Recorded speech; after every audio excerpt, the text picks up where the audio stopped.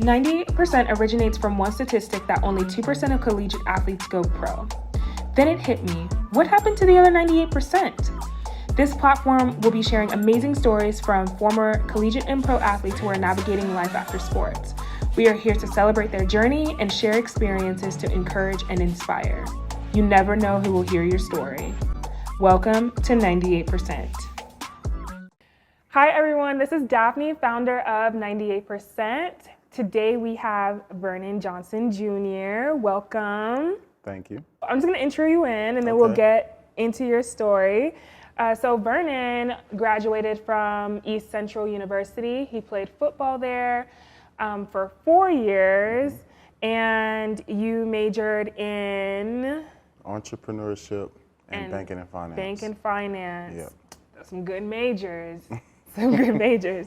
And you minored in kinesiology? Correct. Okay. So tell me, how was your experience with football, especially just starting from high school, and how you got into college football? Okay.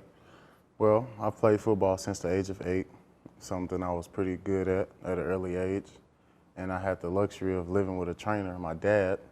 So by the time I went to high school, I went to DeSoto, one of the highly ranked high schools in football in America. And I did well there, but I had some injuries and different things. So my recruiting process was kind of shaky.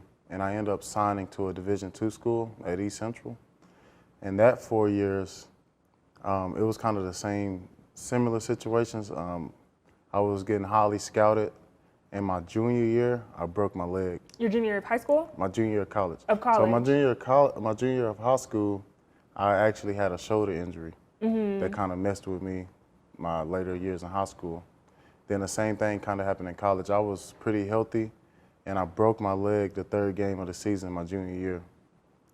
And I just took a medical red shirt that year, got healthy. And I was still getting scouted by the NFL. In my senior year, after the season, when we get ready for pro days and combine training and those type of things, normally your coaches will set you up with the next steps as far as a pro day, and you'll be able to showcase your talent to the scouts. Well, my coaching staff had got fired when that happened. So my whole pro day process and what I'm actually helping guys do today, it was just me and my dad with that. Wow, okay, a lot was said. So, because I actually saw that you played for only 3 years and you had red shirt, was it your junior year, you said?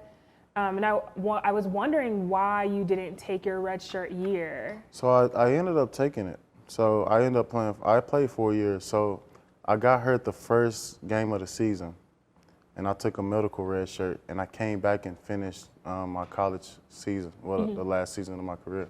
Okay. After that season, which I did well again, after that final season, that's when the coaching staff had got fired. Wow. So how did you deal with, trying to prepare for pro day and actually going to pro day? Did you end up going? No, or doing it? But I was close. So this is what happened. So I get home, I'm telling my dad like everything that's going on. Yeah. So we just started networking and talking to people.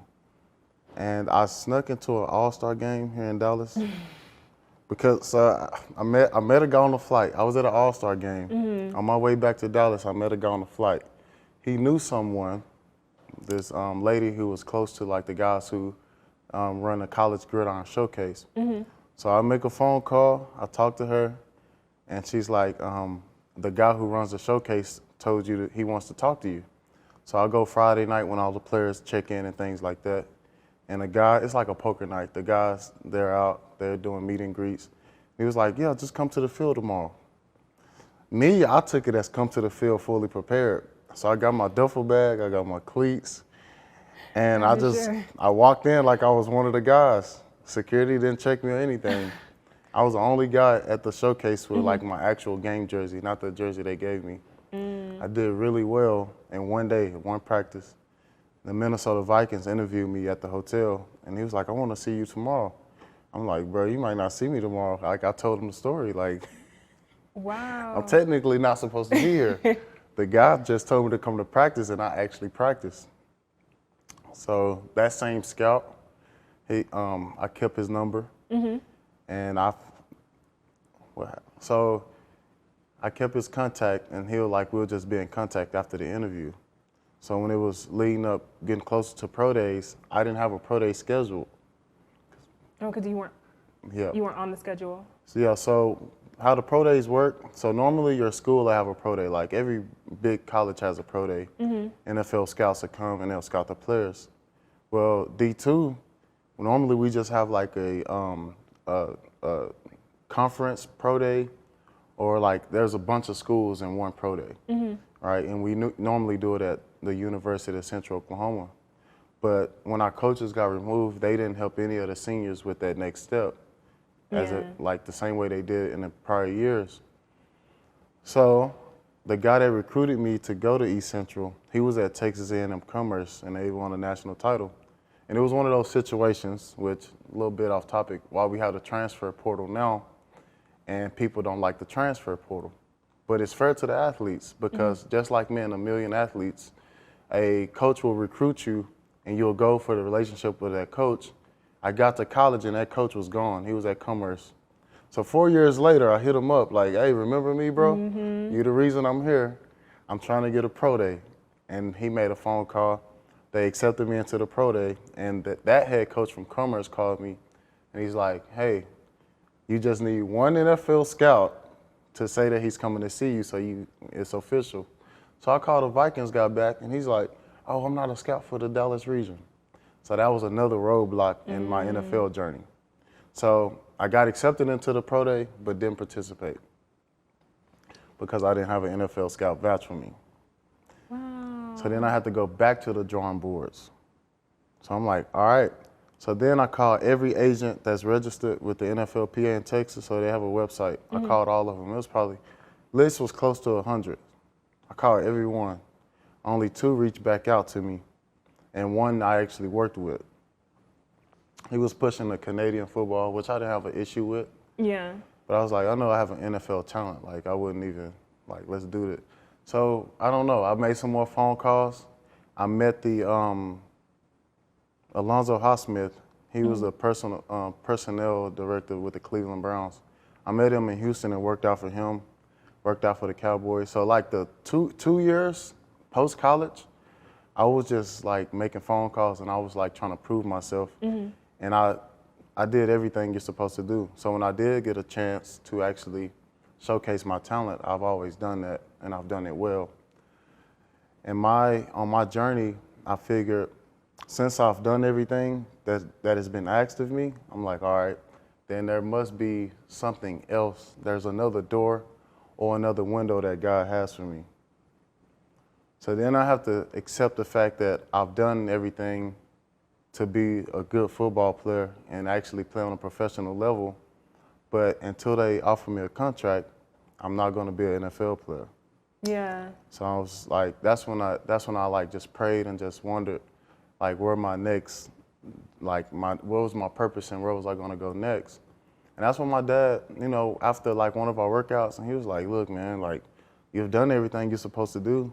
Wow. And he's Am like, I crying? Are y'all going to tell you might start crying because that is so sad. he said, you know what? He said, people like you, God might just have way more than you, like way more for you. And he's probably asking more for you. So you're just going to have to figure what that is. I mean, I just want to give it up to you for your perseverance. Oh, yeah. Wow. I'm sorry. I need a minute. I'm That's sorry. All right. Makeup. Wow. I did not come here to cry today. It's so crazy.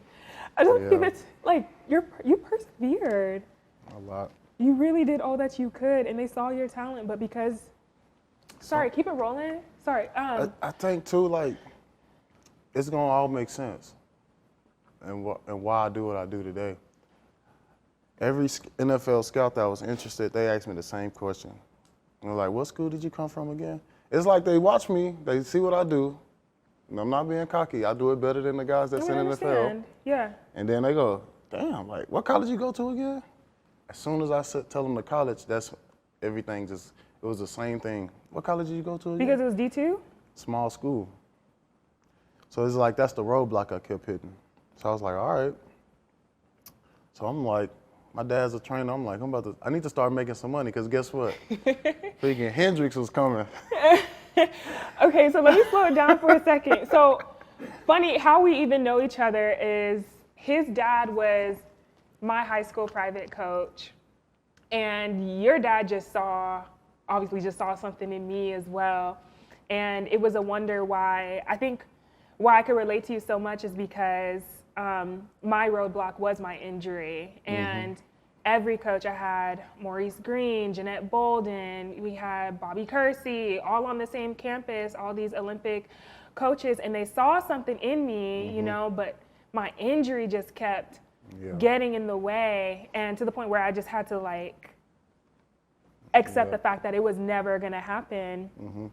And so hearing your story and just hearing how you were able to, you know, and you proved yourself time and time again, but because of the school you went to and like you couldn't actually get an official pro day invite, how that stopped you from going into the NFL. And I think that's stupid. It's crazy.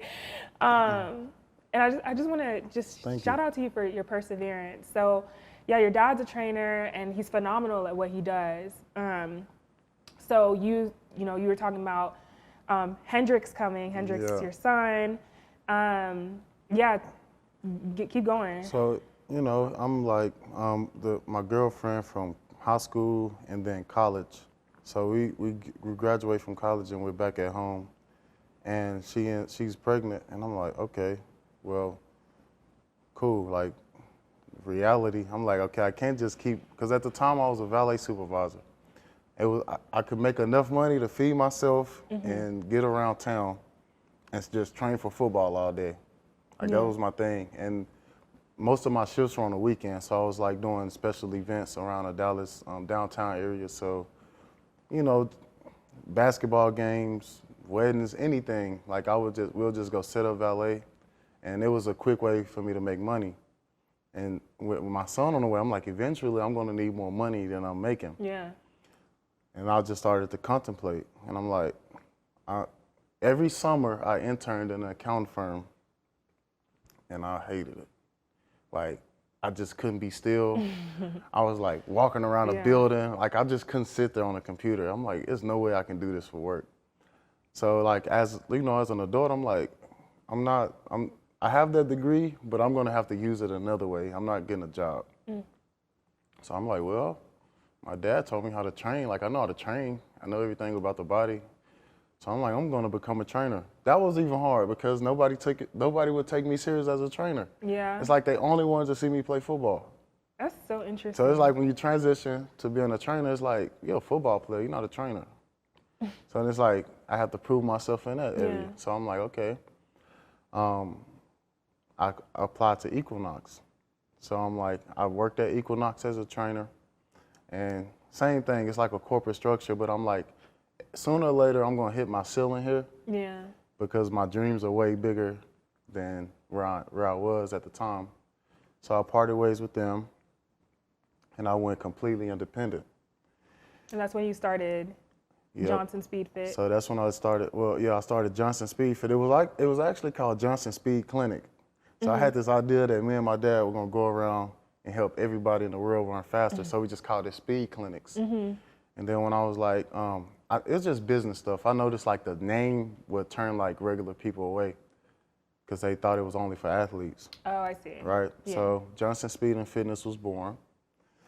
And I was like, I went to school for entrepreneurship and business and all of these things, but I learned a lot of terms, right? So I didn't really know how to actually start a business and operate business.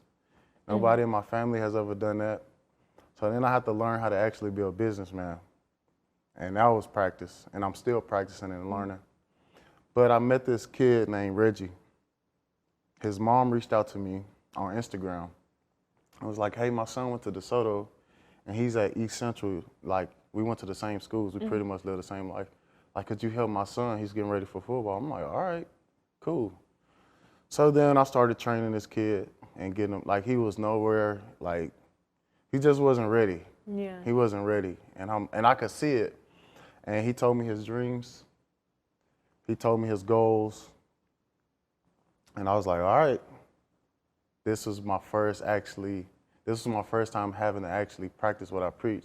So I tell people, I know what it takes to make it to the NFL, because without a pro day, without an agent, without all the help you get, I still worked out for 3 NFL teams. Mm-hmm. So given the fact that if I can help you get in the right schools and the right situations, you should be able to get to the NFL.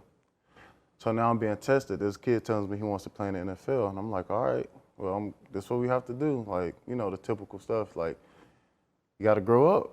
You know, you got to start eating right. You got to work out. Got to teach you how to live. Got to teach you how to be a man. Like, you got to do it. And this is gonna get you. So his mom brought him to me. I become like his big brother and his mentor. And almost 2 years ago, his mom passed. So when that conversation I had with my father about, you have to find the other windows that God has for you, because it has to be bigger than this. Like, if you know you did everything in your power to make that dream a reality and it's not happening, I was telling myself it's not going to be easy, because to this day, like, that's what I want to do. I want to suit up and play for the Cowboys. But if I was playing for the Cowboys at that time, when this kid mom passed away, and it was a situation, single mom, all this guy had is his mom. Mm-hmm. Their family was in Louisiana, so he only had his mama. His mom passed, now he only has me, my family, like, you know, my immediate family, my dad. And I'm like, that's when it hit me. I'm like, okay, God, this is me being obedient and actually having to carry this out, because now Reggie needs me more than ever. So I'm like, whew. I'm like, here we go. Like, this is life. This is my purpose. This is why I'm not playing for the Cowboys, because I wouldn't be able to service them in this time. And like I said in the beginning, it'll all make sense. So he was at East Central, and he's telling me he wants to go to the NFL. Then the transfer portal thing happened. So then I become like a consultant. I call the NCAA. Yeah. I start calling around for him, and I get him to, I help him get into TSU. So now he's at Texas Southern. Which is a D1. Yeah, D1, bigger school. Mm-hmm. He just interviewed with the Packers yesterday, and he still has a whole season to play. Wow. So he's already on track to get on a path to the NFL. Wow. So in a way, I live through my athletes now, because I'm like, there we go. I'm like, what is something that explains or exemplifies me as a person, me being perseverance? Like, how can I translate that into a saying or something that I give my athletes? Mm-hmm. And I was just thinking, and nothing came to me. And then one day I was like, winners win. And then I stopped. Cool. I was like, winners win. I'm like, what do winners do? And I thought about it. I'm like, losers lose. Crybabies cry. Like, what do winners do? They win. So that was just that simple. Mm-hmm. And that's kind of how Winners Win was born. Because I was trying to find something that represents what I've been through. Yeah. I mean, you have such an incredible story. I didn't even, yeah, I didn't know. I didn't know. Yeah, thank you for sharing your journey and how you're able to help athletes prepare for the NFL path. I think it's just crazy to me how I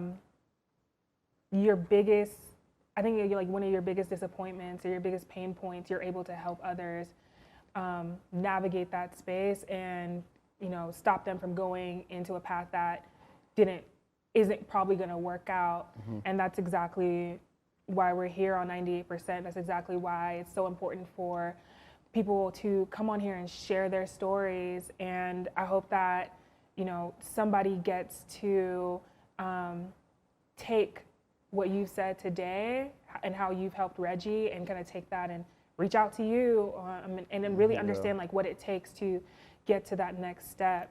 I had no clue that with D2 schools, like they start, you know, putting their nose up in the air. That's it's just crazy. It's a business thing, which since I understand it now, I'm like, all right, that's the game you want to play, then I'm gonna play it better.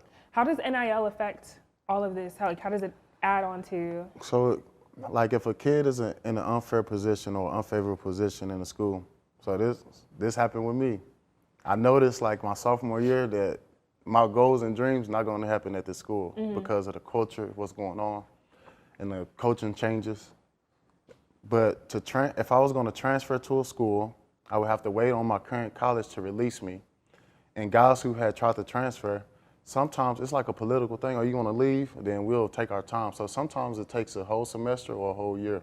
So by the time they release you, you would already miss spring football, which is important in football. Very important. That's when you earn your spot. Yeah. And you may miss a season. So whenever they release you, depending on where you go, you have to sit out a season. Yeah, true. So you would miss almost 2 years of football if you try to leave a school, when a coach can just leave a school whenever he feels like it to better himself or better his family. But the athlete can't do it. So now with the NIL, if a kid wants to transfer, he lets the athletic director know. They have to release him within a week. If they don't, you call the NCAA. So that's when I became like. Because they hold your release. Yeah, they can hold it, especially if you've got bad blood with the coach. Okay. And I mean, it's already, That's it's going to be bad blood when you walk in the office and say you don't want to be there anymore. So then it's like, all right. So now with the NCAA, with the new rules, if you don't want to be there, you enter the transfer portal. They have to release you in a week. They have 7 days. If they don't, you call the NCAA, and the NCAA will give them a violation. So wow, that's like probably the best thing that's ever happened to now athletes. players can get paid, and that's part of what I'm doing with my business now and my brand. So it's with the football, from the football aspect, of course I'm the trainer, and the network I've built through trying to play. So guys who do combines, NFL agents, different brands, for me being like an influencer, now the players that work with me have access to their community. So now guys have the chance and opportunity to actually start earning money and getting paid while they're trying to get to the NFL. So This is good. This is good. Yeah. Okay. Wow. So we've talked about winners win, and you know what you do for athletes now. But your father, how is fatherhood? What has been the most challenging aspect of fatherhood? Me personally, since me and the mother aren't together, the most challenging for me was the actual co-parenting and having to understand that we may have different views when it comes to raising a child, and basically having to respect both sides and respect, you know, the boundaries and what they think. But aside from that, having an actual kid and being responsible for somebody and being responsible for their development and how they act, it's fun. It's really fun, but it opens your eyes. Yeah. Because Little sweet innocent child like Hendrix, if he does something or doesn't do anything, I'm already thinking it's a reflection of me. So I'm like, so like he has this little thing, like if he play fights with guys, he'll start kicking them, and like I'm like, stop kicking people, because his papa, like my dad, they play so rough, like they play rough, like really rough, and like my dad lets him like hit him as hard as he can, like. I'm like, stop. He lets him scratch him and bite him. He just lets him do whatever. So that's Hendrix. That's his idea of playing when it comes to playing with boys. So he plays a little too rough. I'm like, you gotta chill, man. Like, you gotta pipe down. But it's like, it's been my favorite experience in life. Yeah. Because I'm able to like, sometimes young parents, like they think that their life is gonna slow down, but I literally don't believe, if I can't bring my son there, I really don't wanna be there. Like, he's a part of my journey. He's a part of my life. It's like my little best friend. Yeah, he's definitely a mini me. Yeah, it's great. Like, I love it. No, I love seeing Hendrix. I think he's so energetic and charismatic, and I could tell he's gonna be something in front of some camera one day, and I'm excited to see him grow. Yeah. I really am. I love Hendrix. Yeah, it's great because it's like, you go through life, you go through your experiences, and then it's like when you have a child, it's like you went through some things for them already. Yeah. So now their life is a little more, I won't say easy because, you know, challenges are gonna happen, but you went through so much there's things that they won't have to face, or if they do face them, you already understand and know how to communicate with them and let them know how to get through it. So I think that's one of the best things, because if we just say football, if my son decided to play football and that's something he wants to do, given my football experiences, he will have a better route on reaching his goals and reaching his dreams. Yeah. So that's kind of the way I look at it. Yeah. Okay, so last question before we wrap up. How would you like to be remembered? Wow. That's a legendary question. But in all honesty, since I was a young child, so my football dream started out at 8. That was the first time I played. I wanted to go to the NFL. Then by 10, I was so obsessed with football, like I just watched it. It's like I want to go to the Hall of Fame. So I always picture myself and envision myself as having a Hall of Fame speech, like Martin Luther King. Basically summarizing life and overcoming and persevering and what that truly means.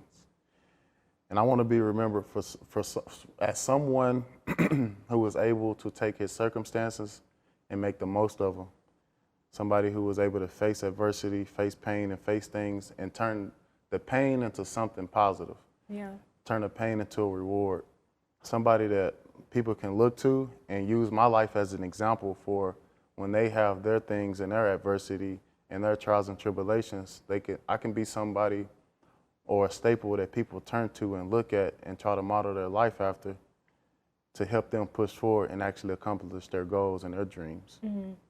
Winners win.